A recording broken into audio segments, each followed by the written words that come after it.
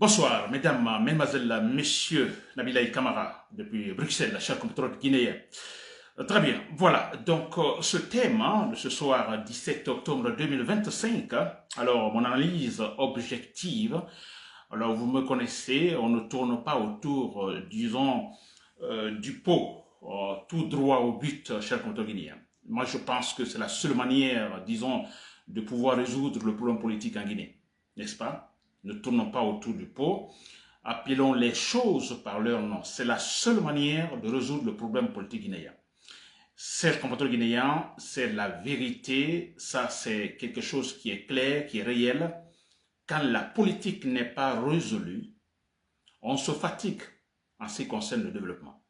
On se fatigue. Alors certains diront, mais écoutez, dans d'autres pays, écoutez, sûrement il n'y a pas la démocratie et autre. Oui, sûrement il y a autre manière.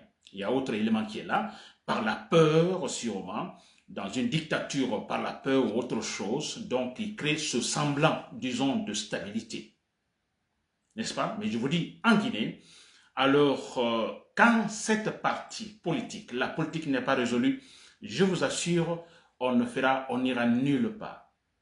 Et là, remarquez-le très bien, Sékou Touré, 26 ans au pouvoir, alors qu'est-ce qu'on pouvait, qu'est-ce qu'on disait d'ailleurs, alors 26 ans au pouvoir, écoutez, c'est une politique ancrée, c'est une politique indéboulonnable, n'est-ce pas? 26 ans de pouvoir de Sékou Touré, mais quand Sékou Touré est décédé, qu'est-ce s'est-il passé?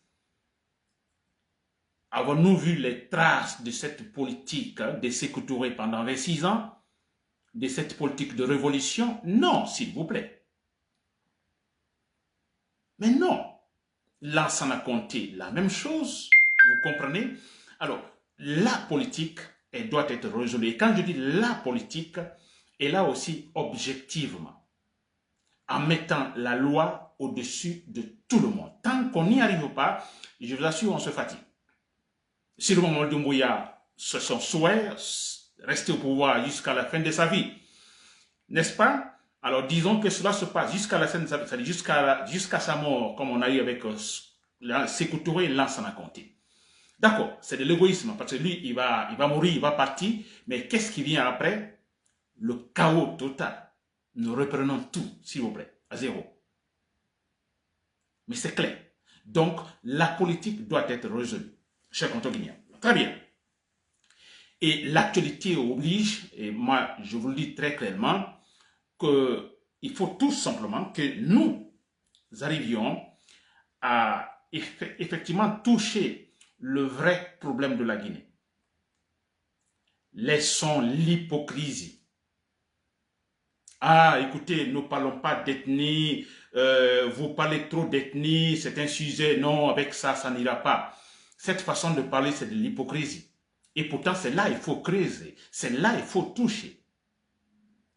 C'est que nous évitons. Pourtant, c'est là le vrai problème de la Guinée. N'est-ce pas? L'ethnocentrisme, cher compatriotes guinéens. Alors, parce que le problème, c'est quoi? Il y a deux grands problèmes devant nous. Deux grands problèmes. Chaque fois qu'un régime vient, il y a deux grands problèmes. Je vous le dis.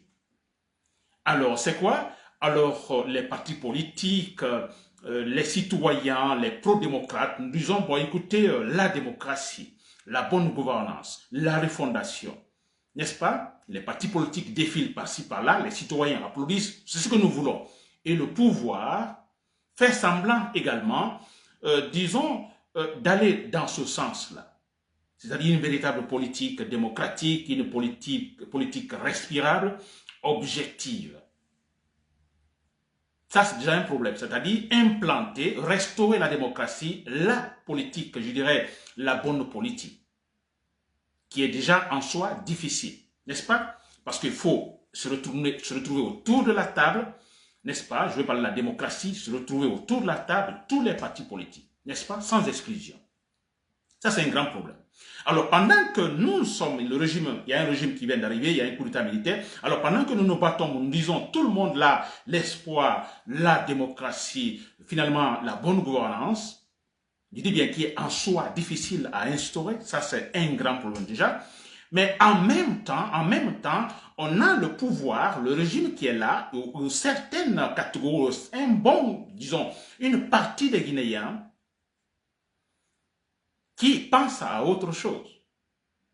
N'est-ce pas? C'est-à-dire l'instauration, ou de toute façon, l'instauration d'une politique d'exclusion ethnique.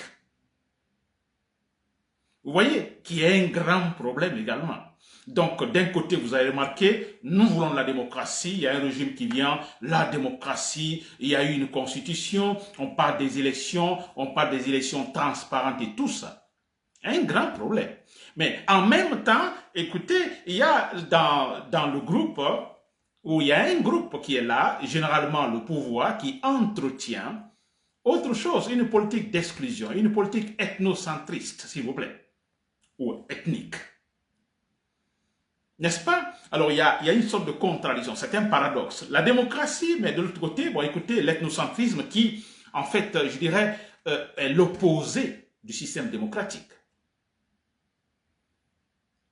Chers compatriotes guinéens, et quand je parle de l'ethnocentrisme, le vrai problème qu'il faut toucher, ne nous cachons pas, il faut le dire.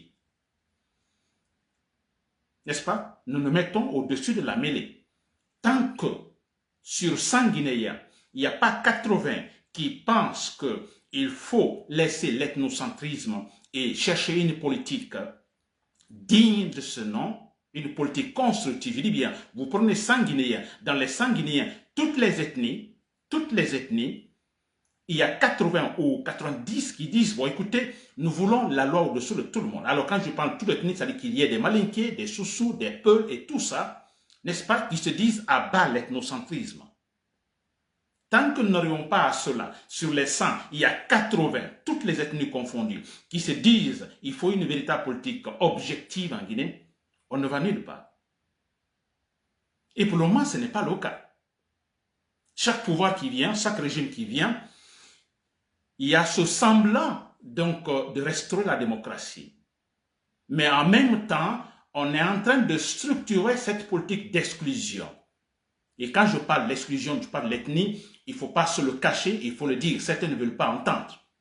L'ethnie Peul, les Peuls sont visés. Mais qui peut développer la Guinée? Politiquement, économiquement, socialement, en excluant les Peuls, s'il vous plaît. Une communauté, je dirais, la plus nombreuse, la plus intellectuelle, la plus entreprenante, vous voulez les exclure. En fait, c'est de quoi? C'est de l'envie, c'est de la jalousie. Mais nous sommes en train de blaguer, s'il vous plaît. Il faut résoudre ce problème. Il faut se mettre au-dessus de la passion, totalement au-dessus de la passion. Mais vous avez écouté Alpha Condé. D'abord, l'arrivée d'Alpha Condé au pouvoir. Parlons de l'actualité. Sekouba Konaté. En 2010, vous avez vu ces élections, mais c'était flagrant, ça ne se cache pas. Le Peul, il ne doit pas être président. Écoutez, je ne suis pas là pour dire, bon, il faut dicter, non. C'est-à-dire, passons par un système démocratique, les élections libres et transparentes, n'est-ce pas, la loi au-dessus de tout le monde. En fait, la personne qui gagne, voilà, va à la présidence. C'est ça. Mais on remarque qu'il y a, en fait, ce principe finalement, chez certains, le peuple non à la présidence.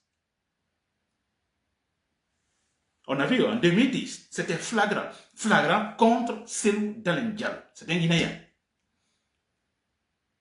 Il pouvait facilement gagner, disons, il a gagné facilement ces élections, ça ne se cache pas, mais tout a été fait pour le recaler, pour ne pas qu'il passe, parce que tout simplement, il est peu. Un grand problème en Guinée. On ne va nulle part avec cela. Faites ce que vous voulez. J'entends, on parle de Simandou, je ne sais pas quoi. On entend avec Lansana Conté, Garafiri ou Alpha Condé autre chose. Faites ce que vous voulez, des projets bidons et tout ça. Mais tant qu'on ne résout pas ce problème-là, écoutez, c'est un retard. On n'ira nulle part. Nulle part, s'il vous plaît. On a entendu l'arrivée d'Alpha Condé au pouvoir, ça c'est pour attirer l'attention, ça c'est très clair. Alpha Condé était capable, le président de la République, pendant une campagne présidentielle qui empêche que Cellou Diallo, s'il vous plaît, nous oublions facilement, mais c'est très important ces points, qui se rendent à Kankan, s'il vous plaît, qui se rendent à Kankan pour faire la campagne. Et là, tout le monde nous croisons les bras. En Haute-Guinée, il n'y a pas protestation pour dire non, respectons la loi. Non, tout le monde comme ça, on regarde les faits. Disons qu'ils sont contents, qu'on empêche Soudan Diallo donc d'aller à Kankan. Et Alpha Condé, un discours, si vous votez pour ce Peul, Soudan Diallo, donc les Peuls, si vous votez pour les étrangers. Mais nous sommes en train de blaguer en Guinée, s'il vous plaît. Qui voulez-vous exclure de la vie politique, sociale et économique de la Guinée? Et vous voulez résoudre le problème, en fait, le problème économique de la Guinée, comme maintenant on voit la junte militaire, l'économie Simandou, je ne sais pas quoi d'autre. La Guinée sera le Dubaï de l'Afrique de l'Ouest, ou je ne sais pas, première puissance ou deuxième puissance économique dans l'Afrique de l'Ouest francophone, des trucs comme... Mais vous blaguez, s'il vous plaît. C'est de la blague. Mamadi Doumbouya tombe, c'est ce que je dis à tout moment. Mamadi Doumbouya tombe où il n'est plus là, qu'il tombe alors qu'il soit, par exemple, pris, enlevé par la force ou bien naturellement qu'il parte. Mais s'il vous plaît, soyez intelligents. Vous savez ce qui va se passer après? C'est de la pagaille. Oh, c'est le retour, mais c'est clair parce que sa politique, la politique qui était là, c'était pas pour résoudre le problème guinéen, mais pour résoudre le problème à lui, c'est-à-dire se maintenir au pouvoir. Parce qu'il y a le complexe. Et le monsieur vient de faire 2 ans, 3 ans, 4 ans au pouvoir. Alors, il ne peut pas imaginer un jour qu'il n'est plus là, il n'est plus président, mais qu'il soit toujours en Guinée. Il se demande quelle fonction pourra-t-il occuper. Il y a ce complexe, s'il vous plaît. Il y a ça. Dadis a eu ce complexe, Alpha Condé a eu ce complexe. Dadis se posait la question. Alors, vous me demandez de laisser le pouvoir. Si je laisse, que vais-je faire? Alpha Condé demandait, bon écoutez, qu'est-ce que je vais faire? Il faut des garanties. Vous comprenez, cher compteur guinéen? Alors, mais il y a tellement de problèmes. Alors, moi je me dis, c'est ce côté politique-là qu'il faut résoudre. Il faut résoudre ce problème. Qu'on ne permette pas à un Guinéen. Il y a les lois pourtant qui interdisent cela. Un Guinéen qui dit, telle communauté, tel citoyen de telle communauté ne peut pas arriver à la présidence, ne doit pas faire la politique. Vous entretenez ce qu'on appelle ici, disons, cette politique qui pourrait nous mener vers la guerre civile. Il ne faut pas avoir peur. Quand tu dis guerre civile, les gens disent « Oh, ils n'aiment pas la Guinée ». Pourtant, c'est la vérité. Aujourd'hui, en Guinée, on parle de l'axe Bambeto-Amdalaï. On connaît ce coin, ce quartier, cette banlieue de Conakry. Aujourd'hui, bien sûr, on parle, c'est ce point où on proteste toujours. Ça, c'est vrai. Mais suivez très bien. Demain, on ne parlera pas seulement de cette banlieue Bambeto, mais on parlera de Conakry, l'axe Bambeto. C'est-à-dire tout Conakry qui sera Bambeto, l'axe Bambeto. C'est-à-dire qui fera ce que l'axe faisait. Donc, on ira au-delà de ce quartier Bambeto. Et qui peut se généraliser, disons, dans tout le pays. Et pour vous dire que là, on serait quoi? Dans la guerre civile, c'est clair. Allez-vous attendre cela? Que l'axe Bambeto, effectivement, arrive à gagner du terrain? Parce que ça va arriver. Trop de mensonges, et finalement, on réfléchit et on change, on se rebelle. Et on ira au-delà de l'axe Bambeto. C'est clair. On a écouté Sekouba Konaté. Et vous vous dites, hein, il était président d'une transition en Guinée, s'il vous plaît. Ce monsieur a dit des choses, mais il faut être en Guinée pour l'accepter. Il peut le dire. Parlons tout de l'être, il peut le dire, il est couvert parce qu'il est malinqué. Il le dit même, hein, alors écoutez, les gens disent que je supporte plutôt Mamadi Doumbouya parce qu'il est malinqué comme moi. Mais pourtant, c'est la vérité. Alpha Condé, Sekouba Konaté était à l'aise. Il est malinqué. Alpha Condé défend, disons, la politique de l'exclusion du peuple. On a vu ça, le RPG, c'était très clair. Alors, Mamadi Doumbouya est venu, c'est la même chose. C'est la continuation de la politique, disons, d'exclusion du peuple, du RPG. C'est quoi qu'on a dit, se sent à l'aise. Il est à l'aise. Mais ce qu'il est en train de dire, si c'est un peuple qui le faisait, n'est-ce pas? Tout de suite, un mandat international contre lui. Ils ne le feront pas, parce que c'est un malinqué, il faut le dire.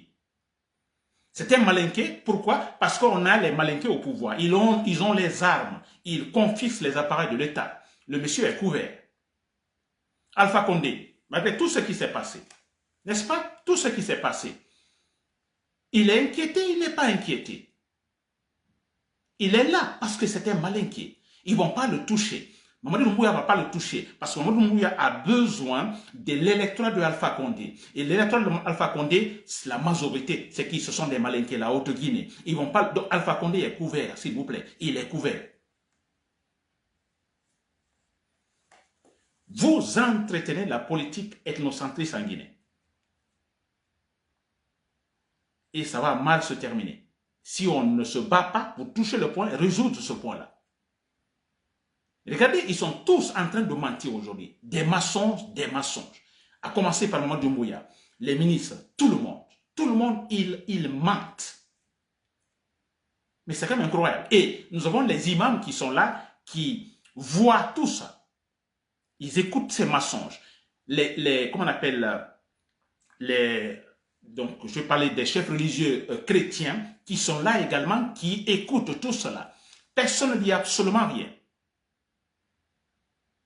S'il vous plaît, quand on dit réellement, je dis réellement, ne répétons pas les erreurs du passé, je vous dis ce point est fondamental. L'ethnocentrisme, ça se reprend toujours en Guinée. Chaque régime qui vient, on indexe, on dit vous là, vous ne serez pas, vous ne devez pas arriver là au pouvoir.